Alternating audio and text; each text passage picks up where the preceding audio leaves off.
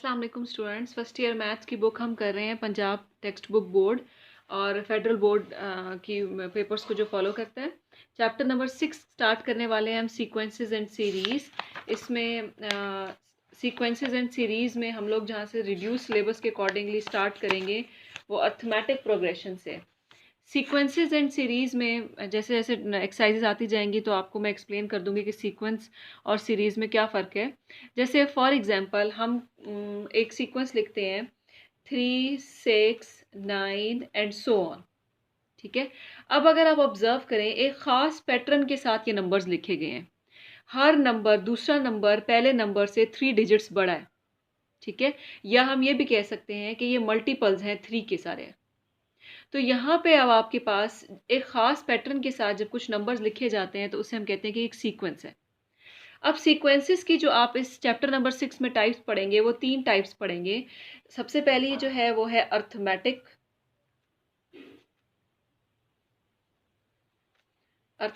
Progression या arithmetic sequence भी कहते हैं इसको। इसके अलावा यहाँ पे आप करेंगे ज्योमेट्रिक प्रोग्रेशन और इसके अलावा हार्मोनिक।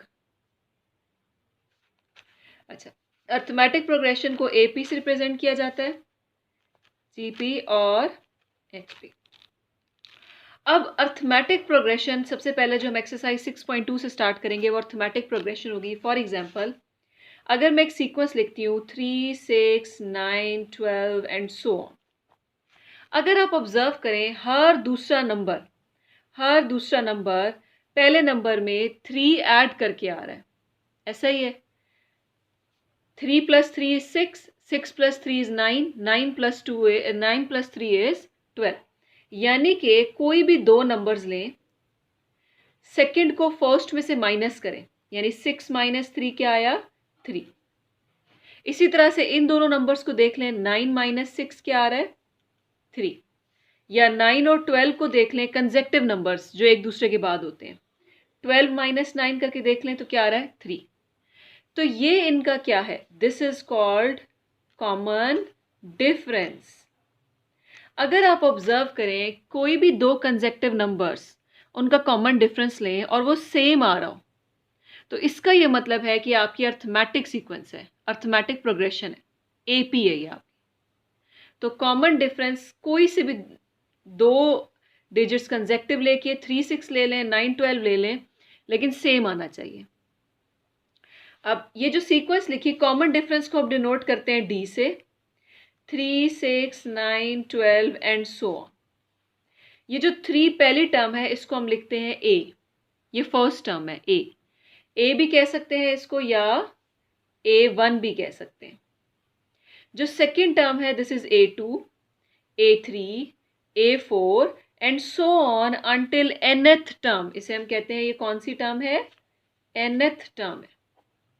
तो nth टर्म का जो हमारे पास फॉर्मूला बनता है अर्थमेटिक प्रोग्रेशन के लिए वो होता है an = फर्स्ट टर्म को a भी लिख सकते हैं और A1 भी लिख सकते हैं, प्लस n-1 टाइम्स d।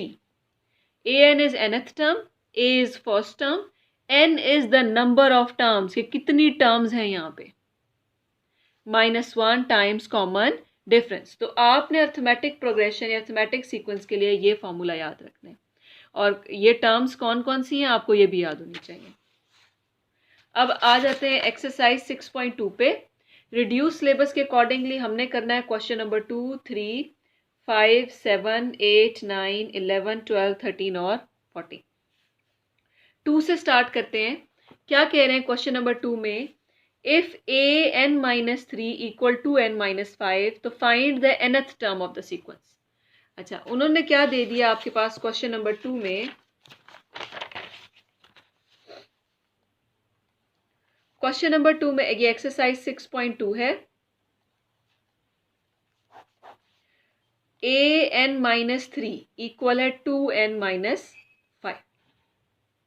तो आपने फाइंड करनी है nth टर्म, यानी कि आपने क्या फाइंड करना है, an। तो यहाँ n की ऐसी क्या वैल्यू रखूं कि ये 3 कैंसिल होके सिर्फ an बच जाए।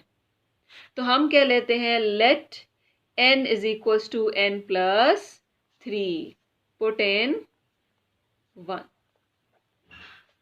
तो n की जगह क्या आ जाएगा, n+3, ये -3 as it is, equal 2 times n+3 -5। तो क्या आ गया यहाँ पे, an इज 2n+6 -5, तो an की वैल्यू आ गई 2n+1। So this is your nth term, जो फाइनल सीक्वेंस के एंड की जो टर्म होगी, this is your nth term.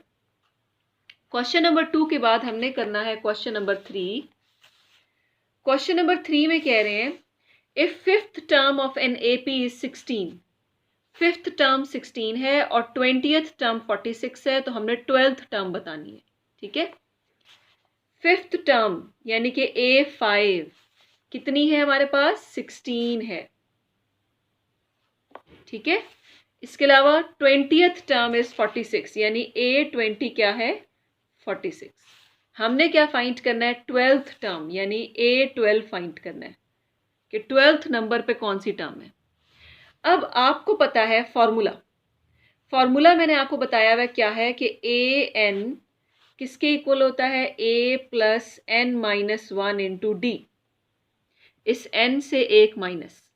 ठीक है, तो A5 लिखना हो मैंने, तो n को क्या पुट करूंगी, n इज इक्वल्स टू 5। ठीक है, तो यहां से A5 क्या आ जाएगा, a प्लस 5-1 इंटू डी, यानी कि A5 आ गया A+4D। इसी तरह से A+4D, और वो A5 हमारे पास है कितना, 16, तो ये जाएगा 16 इज इक्वल्स टू A+4D। ये एक इक्वेशन बन गई हमारे पास। अब A20 इज 46, तो यहाँ पे n की जगह क्या पुट कर लूँ, 46, 20, n की जगह क्या है, 20, तो A20 is A+20-1 into d, तो क्या आ जाएगा, A20 की वैल्यू क्या है, 46, A+19D। अब आपके पास एक इक्वेशन 1 आ गई, एक इक्वेशन 2 आ गई। इन दोनों इक्वेशंस को आपस में सब्ट्रैक्ट करके हम यहाँ से A और D की वैल्यूज फाइंड करेंगे और उसके बाद A12 फाइंड होगा। ठीक है, तो हम ऐसा कर लेते हैं, सब्ट्रैक्टिंग 1 and 2। जब सब्ट्रैक्ट करेंगे दोनों इक्वेशंस को, A वाली टर्म्स आपस में कैंसिल हो जाएंगी और सिर्फ D बचेगा। तो ये सब्ट्रैक्टिंग आपने खुद ऊपर नीचे इक्वेशंस को रख के करना है, करके दिखा देती हूँ। A+19D किसके इक्वल था, 46 के, A+4D इक्वल था 16 के। सब्ट्रैक्ट कर रहे हैं तो साइन चेंज हो जाएंगे, कैंसिल हो गया, तो यहाँ आ गया 15D इज इक्वल्स टू 30, तो D की वैल्यू आ गई 2।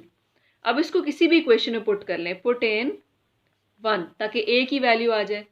तो A+4 times 2 is 16, A is equals to 16 minus 8, तो A की वैल्यू आ गई 8। हमने क्या फाइंड करनी है, 12th टर्म। 12th टर्म यानी कि an क्या था, A+n-1 इंटू डी, तो put n is equals to 12, तो क्या आ गया, A12 is A+12-1 into d. A12, A की वैल्यू क्या है, 8, 12-1 इज 11, D की वैल्यू क्या है, 2, तो क्या आ गई, 12th टर्म की वैल्यू क्या आई, 8 + 22, तो A12 इज 30। तो 12th टर्म हमने इस तरह से फाइंड कर ली। अच्छा, क्वेश्चन नंबर 3 के बाद अब हमने करना है क्वेश्चन नंबर 5। क्वेश्चन नंबर 5 में क्या है, find the 18th term of the AP. यहाँ 12th टर्म फाइंड करने को कहा था, तो यहाँ 18th टर्म फाइंड करनी है। 6th टर्म की वैल्यू 19 है और 9th टर्म की वैल्यू 31 है। तो बिल्कुल जैसे क्वेश्चन नंबर 3 किया है उसी तरह से क्वेश्चन नंबर 5 करना है। तो अब आप यहाँ वीडियो स्टॉप करेंगे, पहले क्वेश्चन नंबर 5 को सॉल्व करेंगे, आंसर देखें, चेक करें कि आपका आंसर ठीक है या नहीं। उसके बाद अब आप क्वेश्चन नंबर 7 की वीडियो कंटिन्यू करेंगे क्वेश्चन नंबर 7 देखने के लिए। ठीक है, अब आ जाए क्वेश्चन नंबर 7 पे। 5 करने के बाद आपने क्वेश्चन नंबर 7 पे आना है। Which term of the AP, arithmetic progression क्या दिया हुआ है, -2, 4, 10 and so on is 148. ये 148 यहाँ सीक्वेंस में कहीं पे मौजूद है। हमें ये बताना है कि कौन से नंबर पे मौजूद है। जैसे 4 कौन से नंबर पे मौजूद है, 1 2 सेकेंड टर्म है, 10 थर्ड टर्म है। तो हमें ये बताना है कि 148 जो है ये कौन सी टर्म है। ठीक है, तो ये बताने के लिए हमें बेसिकली n बताना है। n बताना है ना हमें यहाँ पे। तो n बताने के लिए हमें फर्स्ट टर्म क्या है, दिस इज a, तो a क्या हो गया -2। कॉमन डिफरेंस इन्होंने खुद कहा है कि AP है, अर्थमेटिक प्रोग्रेशन है, तो कॉमन डिफरेंस इनका सेम ही होगा, तो कॉमन डिफरेंस फाइंड कर लेते हैं। Second term minus first term, तो क्या आ गया यहाँ पे 4 + 2 दैट इज 6। कॉमन डिफरेंस भी पता चल गया हमें। अब ये वाली जो टर्म है 148, ये आपके पास कोई फाइनल टर्म है, इसको हम ले लेते हैं nth टर्म an। ठीक, तो an आपके पास 148 है। फार्मूला क्या था, an equal a + n - 1 into D. an 148 ले लें, हमें नहीं पता ना, हमें ये टर्म बस एक वैल्यू दी हुई है। a क्या है -2, n हमें नहीं पता, d की वैल्यू क्या है 6। अब इसको सिंप्लीफाई कर लें, 148 -2 इधर आके +2 हो गया, 6 इधर मल्टीप्लाई होगा 6n - 6, तो ये 150 इक्वल 6n - 6, 150 + 6 इज 6n। तो यहाँ पे आपके पास क्या आ जाएगा, 156 is equals to 6n, 156/6 is n। तो यहाँ वैल्यू क्या आ गई आपके पास, n इज 26। तो आप लिखेंगे 148 इज 26 टर्म है, ये 26 नंबर पे मौजूद है। ठीक है, अब क्वेश्चन नंबर 7 के बाद क्वेश्चन नंबर 8 पे आ जाएं। How many terms are there in the AP। अब हमें बताना है कितनी टर्म्स मौजूद है यहाँ पे। A1 दिया हुआ है, AN भी दिया हुआ है, D की वैल्यू भी दी है, हमें N बताना है। What is your N। ठीक है, क्वेश्चन नंबर 8 में A1 दिया हुआ है 11, AN दिया हुआ है 68 और D की वैल्यू 3 है और आपने फाइंड करना है N। तो फॉर्मूला क्या था, AN is A + n - 1 into D. ये A1 जो है ये A ही है। ठीक है, AN की वैल्यू पुट करें, A की वैल्यू पुट करें, D की वैल्यू पुट करें, इसको रीअरेंज करें और यहाँ से N की वैल्यू आपने अभी वीडियो स्टॉप करके फाइंड करनी है। ठीक है, बस सिर्फ वैल्यूज पुट करके आपने यहाँ से N फाइंड करना है, जैसे पिछले क्वेश्चन में फाइंड किया था।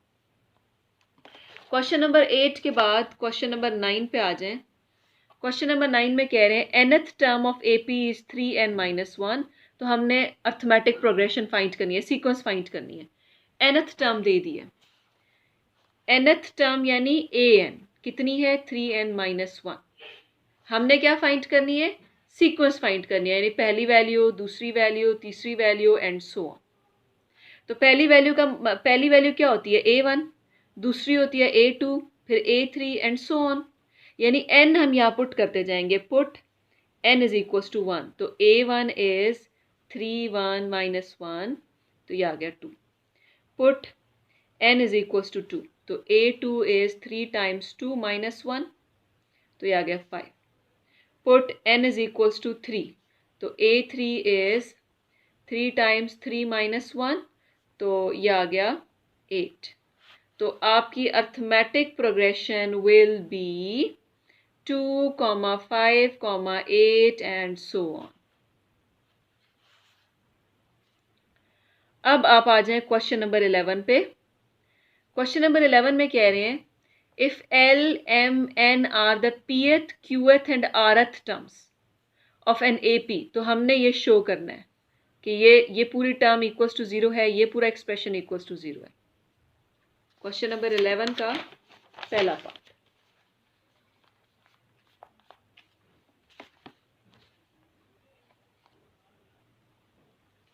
अच्छा, क्या कह रहे हैं, पहले और दूसरे पार्ट में जो है वो एल एम एन पी एथ क्यू एथ आरथ टर्म्स है, दोनों में सेम ही। मैं ऊपर जो अभी बनाऊंगी यहाँ पे समरी सी, वो आपने दोनों पार्ट्स में सेम ही यूज करनी है। अच्छा, एल जो है वो कौन सी टर्म है? पीएथ टर्म है, ठीक है। एल कौन सी टर्म है आपके पास? पीएथ टर्म है, यानी कि ए और ये pth term is A plus, वैसे तो फॉर्मूला ये होता है ना, A N is equals to A plus N minus one into D. ये एनथ टर्म होती है तो एन होता है, पीएथ टर्म है तो यहाँ क्या होगा? पी होगा, तो ये P minus one into D. अब पीएथ टर्म क्या है? एल है, उन्होंने उसकी वैल्यू दी हुई है, तो एल किसके इक्वल हो गया? A plus P minus one into D. ठीक, इसको कहते हैं इक्वेशन नंबर 1। क्यूएथ टर्म क्या है? एम। अब क्यूएथ टर्म लिखें, A Q, A plus Q minus one into D. Qth term की वैल्यू क्या थी? M, A plus Q minus one into D. ये हो गई इक्वेशन नंबर 2। फिर आरथ टर्म क्या है? N. A r is A plus r minus one into d, और आरथ टर्म क्या थी? एन थी, तो N is equals to A plus r minus one into D. ये इक्वेशन 3 होगी। अब हमने इसको आपस में साइमल्टेनियसली सॉल्व करके ये हमने बनाना है कि ये एक्सप्रेशन जो है वो इक्वल्स टू 0 है। अब मैं क्या करने लगी हूं? मैं सब्ट्रैक्ट करने लगी हूं इक्वेशन नंबर 1 और 2 को। सब्ट्रैक्टिंग 1 एंड 2, 1 और 2 को मैं यहाँ पे क्या करने लगी हूँ? सब्ट्रैक्ट करने लगी हूँ। L इज इक्वल्स टू, ये क्या है? A plus plus P d minus D है ये इक्वेशन। अच्छा, इसमें से 2 भी 2 है। M is equals to A plus q d minus D.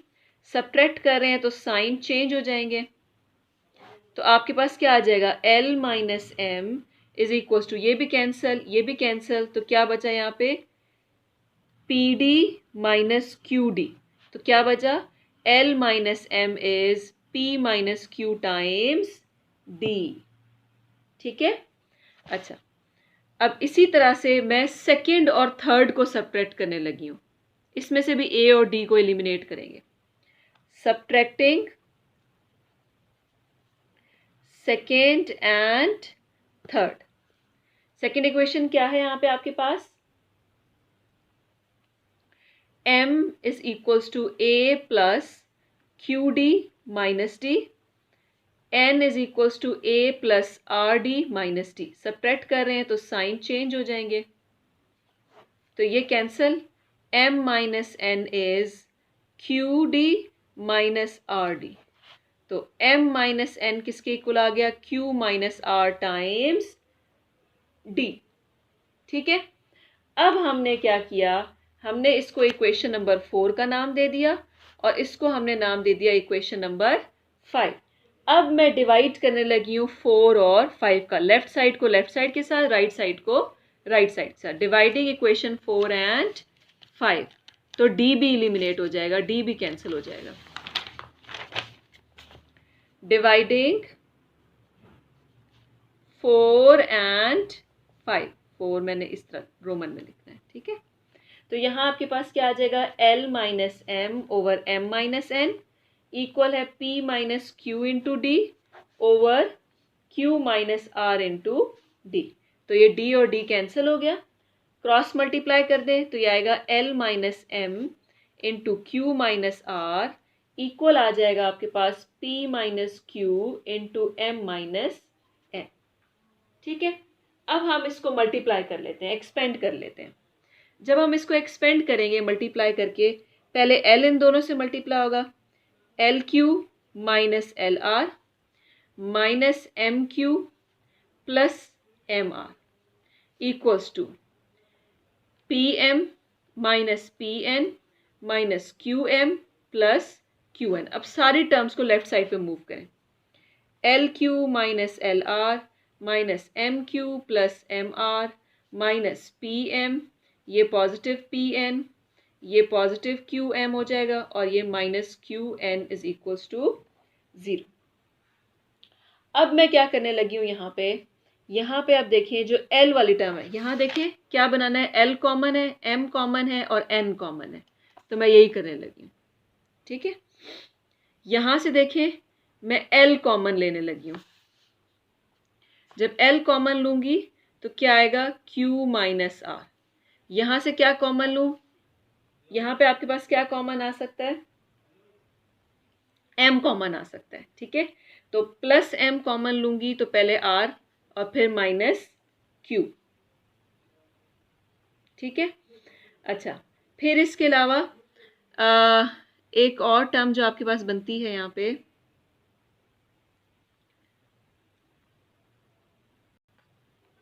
अच्छा अगर आप ऑब्जर्व करें कॉमन लेने से पहले कि ये माइनस एम क्यू और ये प्लस एम क्यू ये कैंसिल हो गया है, तो m जो है वो सिर्फ इन दोनों में कॉमन आ रहा है, तो ये r माइनस यहाँ बच रहा है p।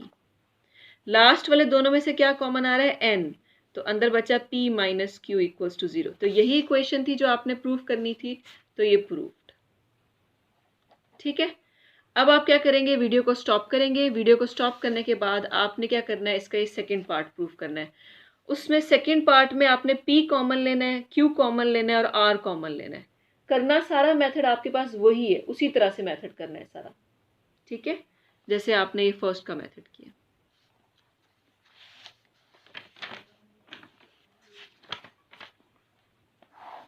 इसके बाद क्वेश्चन नंबर 12 में क्या कह रहे हैं, क्वेश्चन नंबर 12 में कह रहे हैं कि find the nth term of the sequence.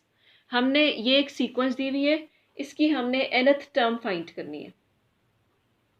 ठीक है, तो अब आपके पास यहाँ पे क्या है सीक्वेंस, क्वेश्चन नंबर 12 में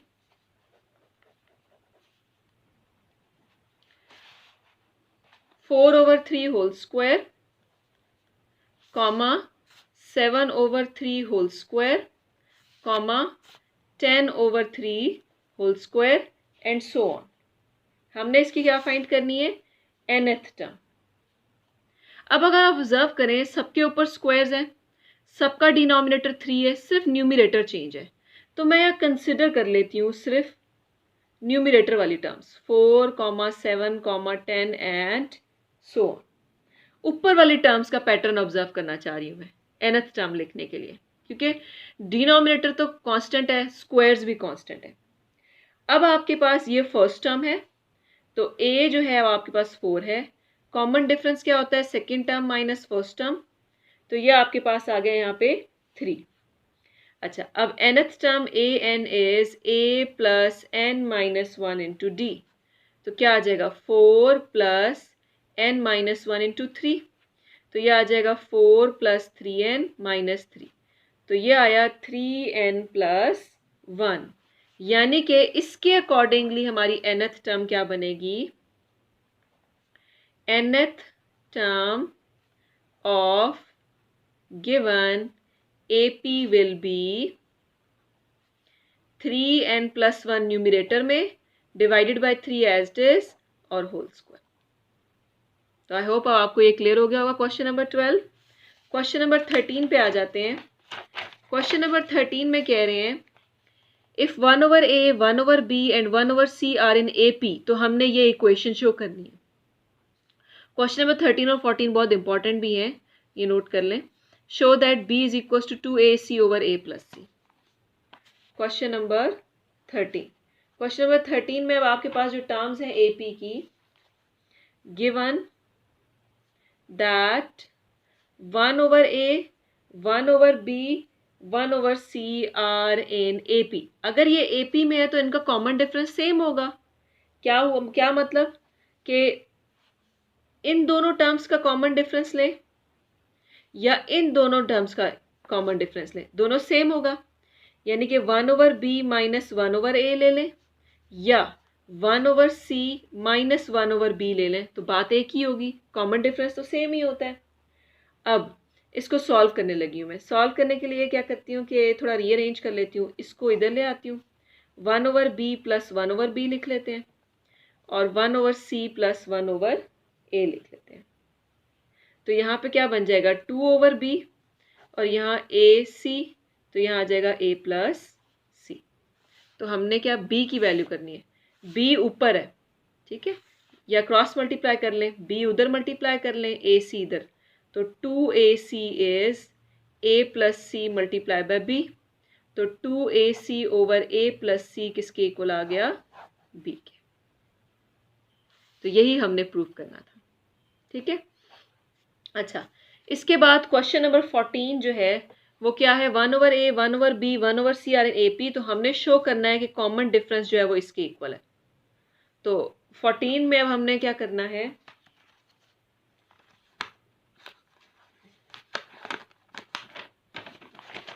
वही दोबारा AP की वही टर्म्स दी हुई है।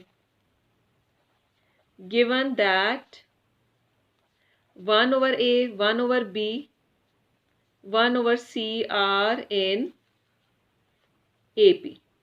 तो कॉमन डिफरेंस D जो है वो क्या आएगा, second term minus first term, 1/b minus 1/a।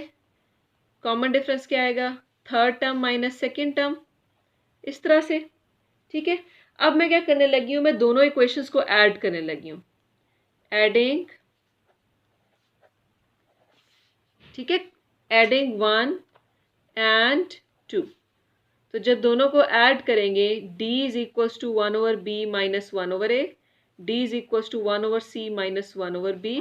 तो ये 1/b cancel, 2d is equals to 1/c minus 1/a।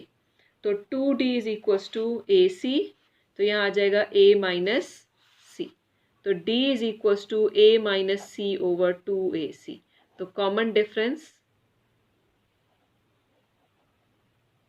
किसके इक्वल आ गया, a minus C over 2AC। तो यही हमने शो करना था। तो I hope everything will be clear to you now in this exercise. 6.2 के बाद हम 6.3 पे जाएंगे, जो कि हमारे पास अर्थमेटिक मीन के ऊपर है एक्सरसाइज।